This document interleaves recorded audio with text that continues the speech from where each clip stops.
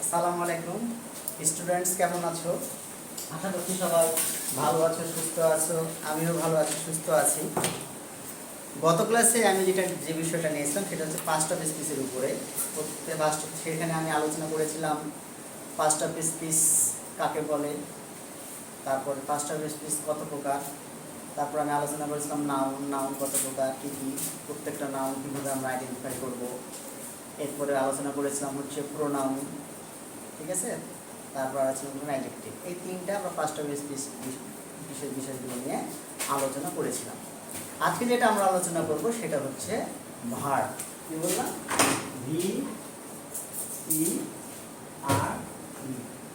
Verb. আর মনে তুমি অনেকেই নামটা শুনে থাকবে ভার্বকে। ভার্বের বাংলা হচ্ছে ক্রিয়া। ক্রিয়া অর্থাৎ কাজ, যে কোনো আমরা কাজ করব, অ্যানি অ্যাকশন, যে কোনো ধরনের আমরা কাজ করতে পারি, সেটাই হচ্ছে ভার্ব। তাহলে ভার্বের যদি আমরা ডেফিনেশন দিতে পারি তাহলে কি হতে পারে? A verb is a word, লিখলাম a verb is a word which that denotes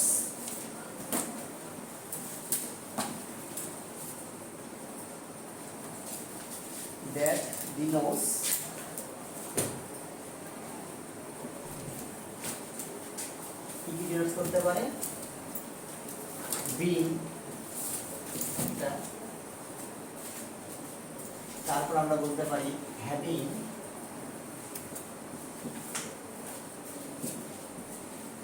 being, having, doing or an action, লিখলাম or action in any word, in any word.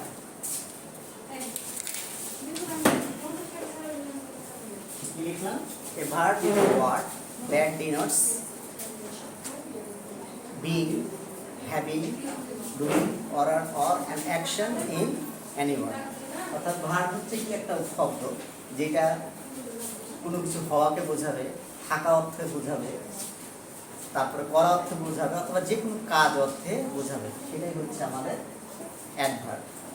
আমরা এক্সাম্পল হিসেবে বলতে পারি, যদি বিং দিয়ে বলি, বিং ভার্ব, তাহলে সেক্ষেত্রে আমাদের এক্সাম্পল হতে পারে দ্য ম্যান ইজ অনেস্ট। কি লিখলাম? বিং দিয়ে, বিং এর মানে কি? হওয়া। দ্য ম্যান ইজ অনেস্ট, লোকটি সৎ, লোকটি সৎ, মানে ভালো ক্যারেক্টার আমরা বলতে পারি। এরপর আমরা যেটা লিখেছি সেটা হচ্ছে having verb, HAVING, having verb. Having ভার্বকে আমরা বলতে পারি আই হ্যাভ 3 পেন্স। এর মানে হচ্ছে আমার 3টি কলম আছে। এখানে হ্যাভিং যেমন বলেছে আমার অধিকারে আছে, এই জিনিসটা আমার আছে, এই ক্ষেত্রে আমরা হ্যাভিং বলতে পারি। তারপরে আমি লিখেছি, দেখো, doing verb, doing verb, do মানে করা, করা অর্থে, কোনো কিছু করা অর্থে প্রকাশ করবে। তাহলে আমরা বলতে পারি যে the boy kicks, KICKS, kicks the বল, অর্থাৎ ছেলেটি ফুটবল কিক বা লাথি মারবে। আমরা যে লাথি মারি ফুটবলের ক্ষেত্রে, সেক্ষেত্রে আমরা কিক শব্দটা ব্যবহার করি। তাহলে এখানে সে কি করছে? বলকে কিক করছে, লাথি দিচ্ছে, ঠিক আছে। আর একটা বললাম an action in any word, in any word, যে কোনো কাজের ক্ষেত্রে এটা হতে পারে। যেমন আমরা বলতে পারি দ্য মুন শাইনস ব্রাইটলি। কি বললাম? The moon shines brightly. অথবা এটা না বলে আমরা এটাও বলতে পারি দ্য মুন লুকস ব্রাইট অর্থাৎ চাঁদ দেখতে উজ্জ্বল, আলোকিত মনে হচ্ছে, দেখতে আলোকিত মনে হচ্ছে। এইগুলোই হচ্ছে ভার্বের আমরা এক্সাম্পল। তাহলে বিং দিয়ে আমরা কি দেখালাম যে the man is honest. Having দিয়ে যেটা দেখালাম সেটা হচ্ছে আই হ্যাভ 3 পেন্স। ডুইং ভার্বে যেটা দেখালাম the boy kicks the ball. আর অ্যান অ্যাকশন ইন অ্যানিমাল যেটা দেখালাম দ্য মুন লুকস নাইস। এইভাবে আমরা ভার্বের এক্সাম্পল দিতে পারি। ঠিক আছে?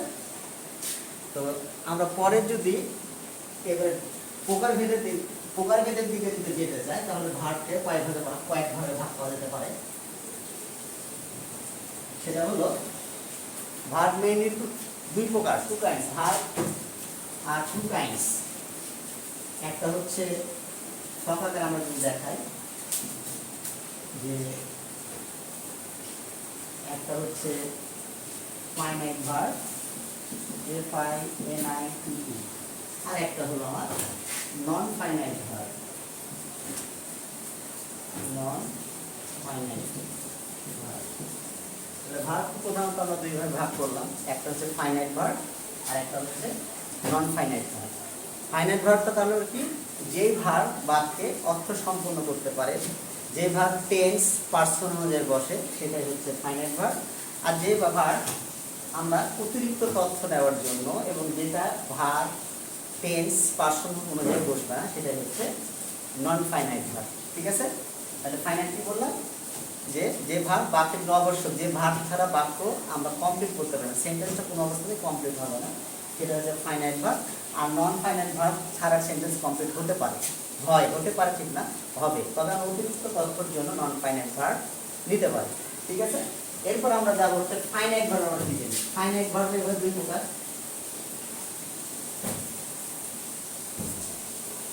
একটা হচ্ছে প্রিন্সিপাল ভার্ব,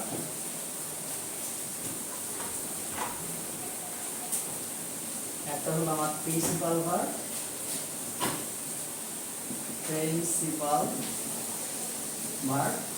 আর একটা হচ্ছে auxiliary verb AUXILIARY, auxiliary verb. লিখলাম একটা হচ্ছে প্রিন্সিপাল ভার্ব আর একটা হচ্ছে অক্সিলারি ভার্ব। প্রিন্সিপাল মানে আমাদের প্রধান, যেমন আমরা একটা প্রতিষ্ঠানে যখন প্রিন্সিপাল তার মানে প্রধান। অক্সিলারি মানে সাহায্য, হেল্পিং, এটা সাহায্য করার জন্য থাকবে।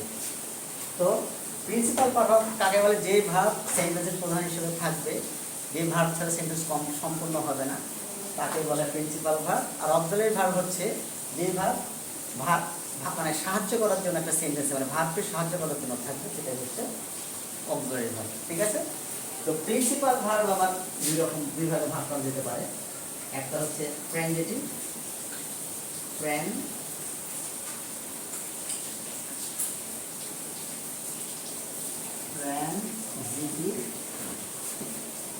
আর একটা হলো intransitive.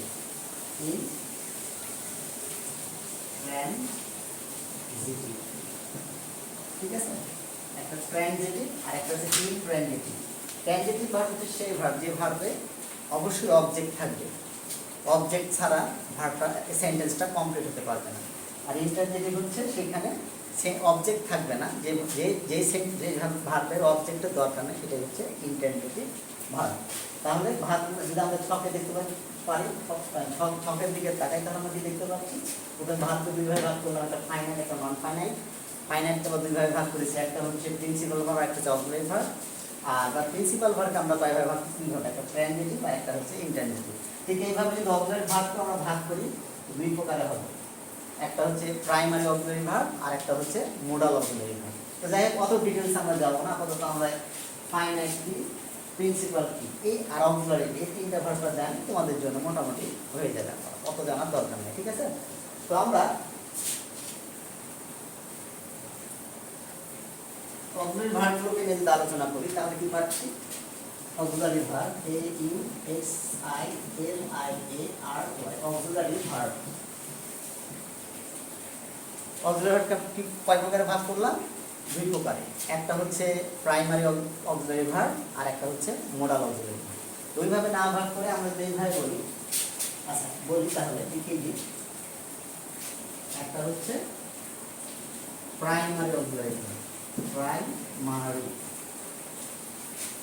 Auxiliary verb. Primary auxiliary verb কোনগুলো? এই যেগুলো আমরা লিখলাম, যেমন আমরা পাচ্ছি হচ্ছে ডু ভার্ব, এটা একটা প্রাইমারি অক্সিলারি ভার্ব। এরপর আমরা পাচ্ছি হচ্ছে বি ভার্ব, এটা একটা প্রাইমারি অক্সিলারি ভার্ব। এরপর আমরা পাচ্ছি হচ্ছে হ্যাভ ভার্ব, এটা একটা হচ্ছে primary auxiliary verb. Do verb আবার হচ্ছে তিনটা আমরা বলতে পারি, ডু, ডাজ, ডিড। আরো ডান হতে পারে, পাস্ট পার্টিসিপল ফর্ম হতে পারে, তো আমরা তিনটে শিখবো, ডান লেখার দরকার নেই। ডু, একটা ডাজ আর একটা ডিড।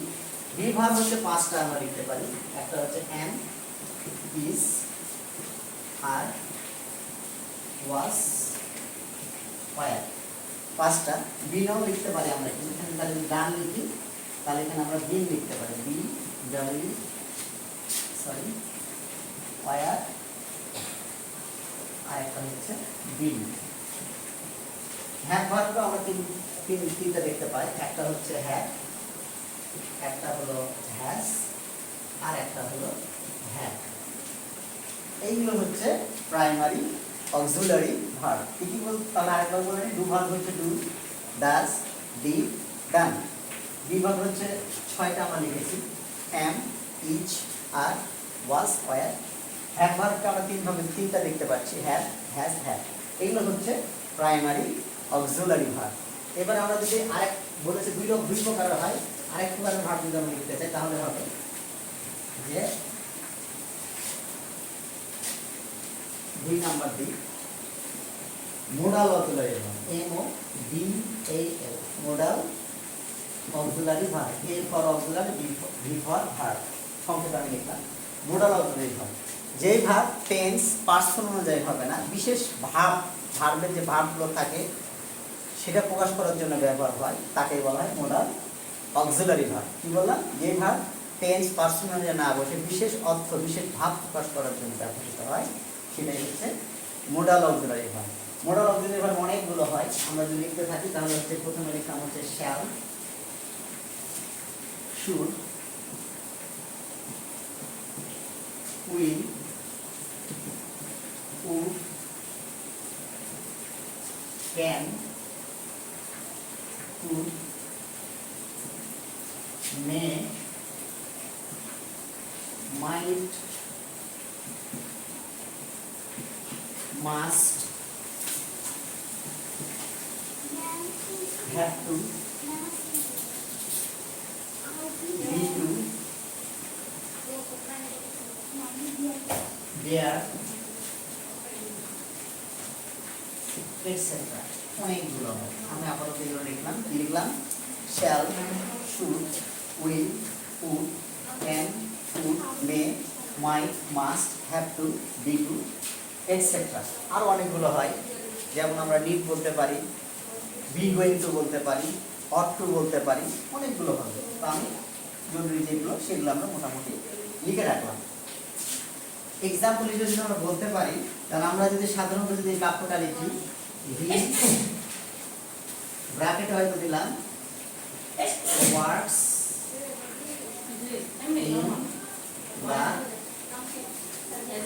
ইন দ্য মর্নিং, লিখলাম সেন্টেন্সে he works in the morning, sorry work.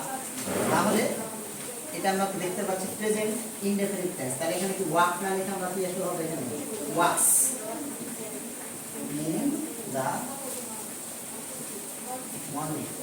তাহলে সেন্টেন্সটা দেখো যে এখানে পার্সন এবং টেন্স অনুযায়ী ভার্বের পরিবর্তন হয়েছে। মেইন ওয়ার্ড হচ্ছে আমার ওয়ার্ক, কিন্তু যেটা প্রেজেন্ট টেন্স এবং প্রেজেন্ট টেন্সের পার্সনটা হচ্ছে থার্ড পার্সন সিঙ্গুলার, এই জন্য আমরা ওয়ার্কের জায়গায় কি লিখলাম?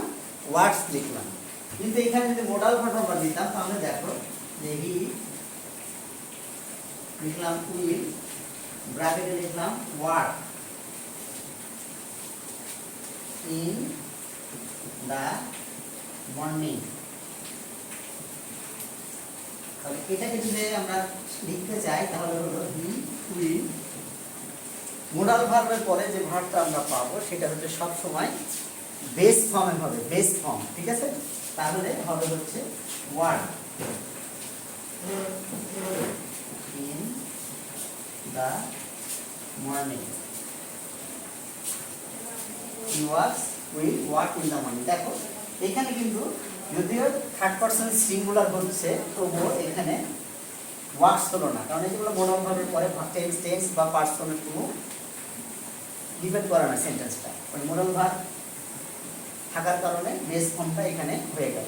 ঠিক এইভাবে যতগুলো আমরা দেখবো সবগুলো মোডাল ভার্বের পরে পার্সন বা টেন্স অনুযায়ী বসবে না, এটা সাধারণত বেস ফর্মে হবে।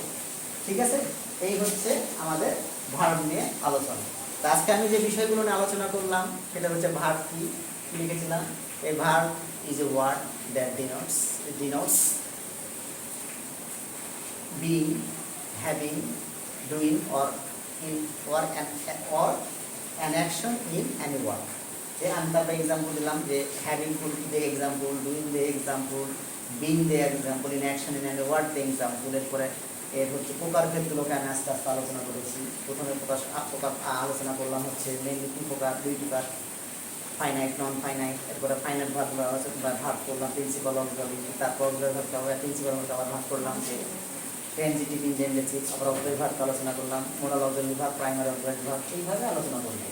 তারপরে অক্সিলারি ভার্বের যে প্রাইমারি অক্সিলারি সেটার এক্সাম্পল দিয়েছি, মোডাল অক্সিলারি এক্সাম্পল দিয়েছি। তো এগুলো তোমরা বাসায় খুব ভালো করে প্র্যাকটিস করে দেখবা, বইটা খুললে দেখবা, তোমরা আরও ভালো মতো বুঝতে পারবা। ঠিক আছে, তো এই হচ্ছে আমি আজকের দিনটাই মানে আজকের আমার টপিকটা শুধুমাত্র ভার্বের উপরেই ছিল। তো তোমরা ভালো মতো বাসায় করো। তো ঠিক আছে, সবাই ভালো থেকো, সুস্থ থেকো, আল্লাহ হাফেজ।